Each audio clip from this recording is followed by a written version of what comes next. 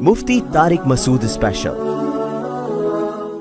حضرت صدر اسلام مفتی رفیع عثمانی صاحب کی طبیعت ناساز ہے بھائی، بہت بڑے سرمائے ہیں علماء کے لیے، پاکستانی علماء کے لیے، خاص طور پر پاکستانی عوام کے لیے۔ حضرت مفتی تقی صاحب کے بڑے بھائی ہیں، خصوصی دل سے دعا کریں اللہ ان کو شفائے کامل عاجل عطا فرمائے۔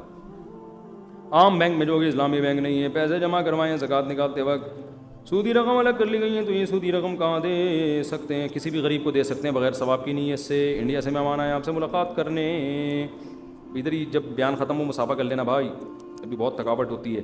اور کوئی بات جلدی سے مختصر کسی نے پوچھنی ہو مجھ میں سے جلدی سے پوچھ لیں، یہ تو ہو چکے ہیں نا۔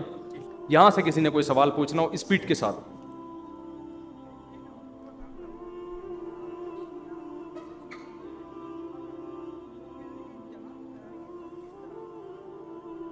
ہائے ہائے ہائے ہائے، جس آدمی کا عقیدہ شرکیہ ہو اس کے پیچھے نماز نہیں ہوتی۔ اب یہ خود فیصلہ کریں کس کا شرکیہ ہے کس کا شرکیہ نہیں ہے۔ جی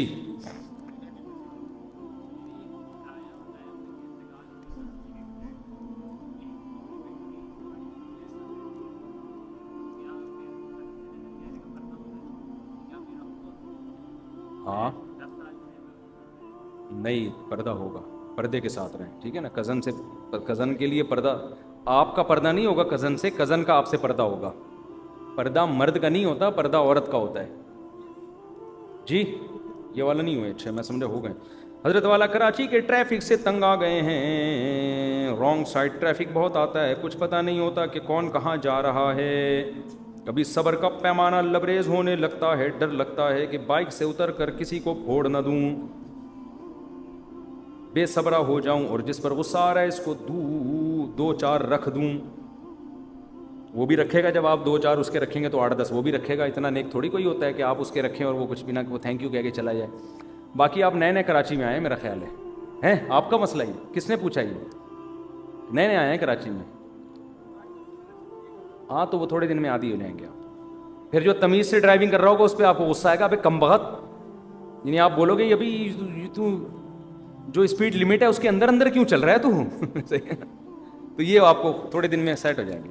ہوتا ہے جب نئے نئے کوئی کراچی آتا ہے تو شروع میں ایسا ہوتا ہے۔ دیکھو یہ کراچی کے جو کھڈے ہیں نا، یہ اللہ کی بہت بڑی رحمت ہیں، اس کو عذاب مت سمجھو، حقیقت بتا رہا ہوں میں، اس سے کھانا ہضم ہوتا ہے۔ کراچی میں پیٹ کے مسائل بہت زیادہ ہیں، کراچی کی سڑکوں میں اسپیڈ بریکر زیادہ ہیں، سڑک کم ہے، کھڈے زیادہ ہیں، تو یہ اس کا فائدہ ہو رہا ہے، بہت فائدہ ہو رہا ہے اس کا۔ میں جب بھی کراچی آتا ہوں الحمدللہ کمر ومر کے سارے مہرے اپنی جگہ سیٹ ہو جاتے ہیں، تو یہ تھوڑے دن میں سیٹ ہو جائیں گے انشاءاللہ۔ حضرت آپ نے فن والوں کے ساتھ اسٹوڈیو میں بیٹھ کر فنی ویڈیو دیکھی تھی جس میں عربی گانا بھی تھا اور میوزک بھی، تو کیا آپ اس بات کے قائل ہو گئے ہیں کہ فنی ویڈیو میں میوزک ہو سکتا ہے؟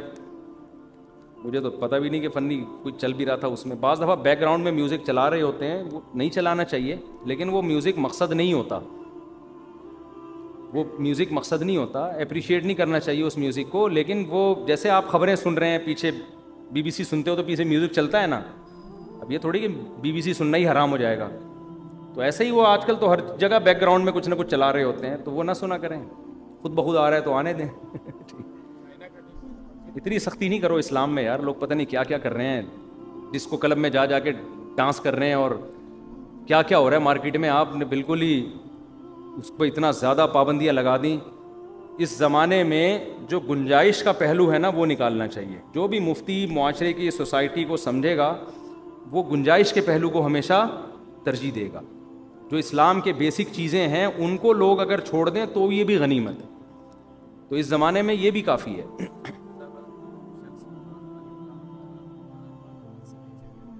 تو اٹھا کے چوم کے رکھ لے بس قرآن پاک،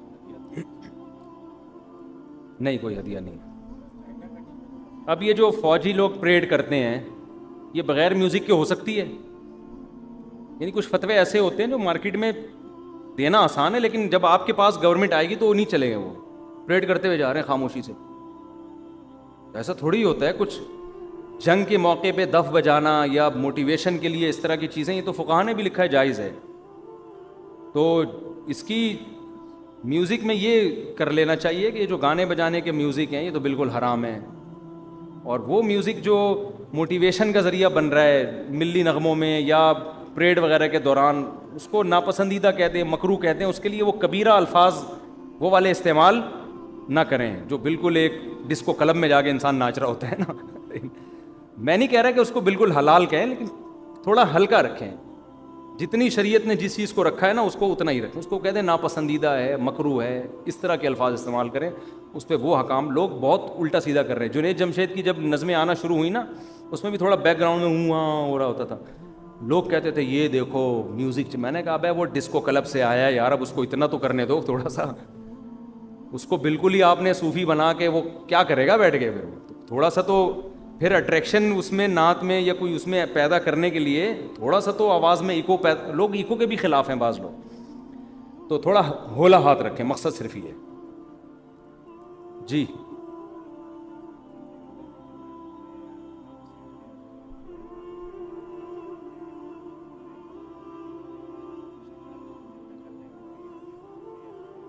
ہاں اچھا، میں چندہ نہیں دیتا ایسے. ہاں نہیں، یہ مسائل کا سیشن ہے نا، یہ تو پورے مشورے لے رہے ہیں آپ، یہ تو آپ خود فیصلہ کریں. ٹھیک ہے.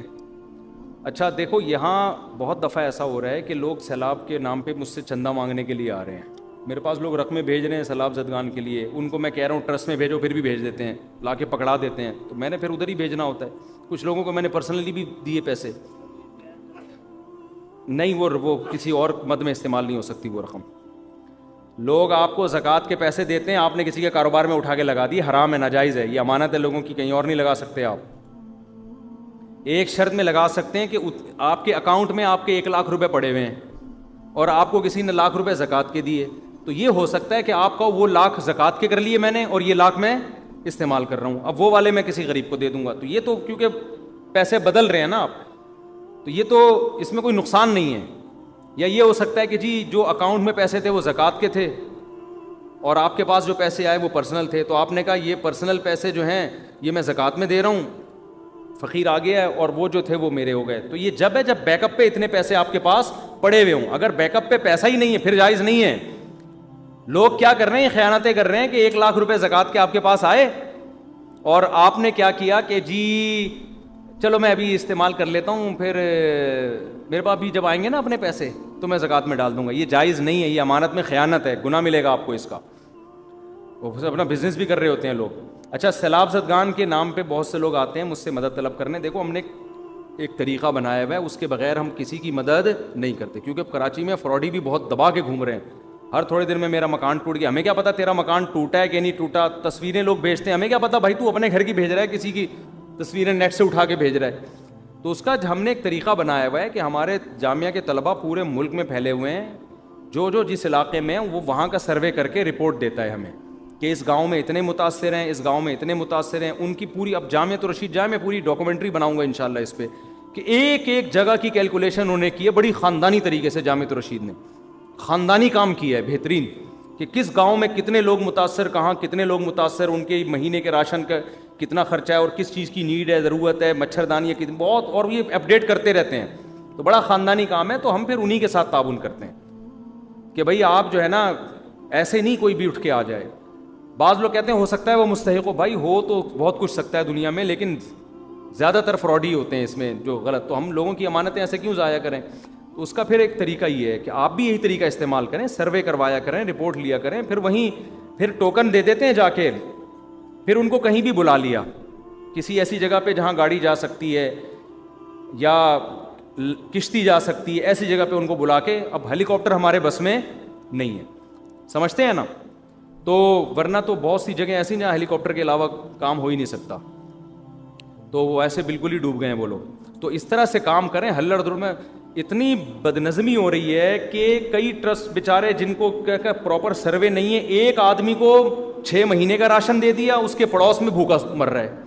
جو جا رہا ہے اس کو ڈبے دے کے آ رہا ہے، دوسرا بھی اسی کو دے کے آ رہا ہے، تیسرا بھی ان کو پتہ ہی نہیں کہ یہ پہلے 10 لوگوں سے لے چکا ہے. تو ڈسٹریبیوشن میں بہت گڑبڑیں ہو رہی ہیں. اس لیے جب بھی اس طرح کا کوئی بڑا کام کیا جاتا ہے پراپر طریقے سے، وہیں کے ہمارے یہ سہولت ہے کہ ہمارے طلباء ملک کے چپے چپے میں الحمدللہ 20 سال سے ہم مدرسے میں پڑھا رہے ہیں نا, پورے ملک سے لوگ آتے ہیں, طلبہ جاتے ہیں, ان کا ریکارڈ ہے ہمارے پاس, کون سا طالب علم کہاں رہتا ہے, ان سے ہم رپورٹیں طلب کرتے ہیں, پھر ان کے ذریعے مدد کرتے ہیں. تو اس طرح سے کام آپ لوگ بھی اسی طرح سے کریں اگر کرنا چاہتے ہیں. ایسے ہلڑ دھڑل میں جا کے بس لوگ کیا کریں, تاجر ٹرک لے کے گئے, وہ اکثر تو ٹرک راستے میں اڑ جاتے ہیں, اور پھر جا کے ایسے ہی پھینک پھاک کے آ گئے, تو وہ نہیں ہوتا, ایسے مزہ نہیں آتا, لوگوں کی امانتیں ضائع ہوتی ہیں اس طریقے سے. اور بعض لوگوں نے تو یہیں لا کے رکھے, بارشوں میں سارا راشن ان کا تباہ و برباد ہو گیا. ان کو ذرا بھی خیال نہیں کہ کروڑوں روپے لوگوں کے آپ بارشوں میں برباد کر رہے ہو اور راشن تباہ ہو رہا ہے. ایسے بھی ویڈیوز آ رہی ہیں لوگوں کی. تو اس لیے کام کریں, پیسہ اللہ نے دیا ہے تو اس کو تمیز سے خرچ کریں, بیہودہ طریقے سے اسراف کر کے اڑانا ٹھیک نہیں ہے. وما علینا الا البلاغ, بہت مذاق ہو گیا. 2 پراٹھوں کا مطلب یہ نہیں ہوتا قیامت تک آدمی بولتا ہی رہ بیٹھ گیا.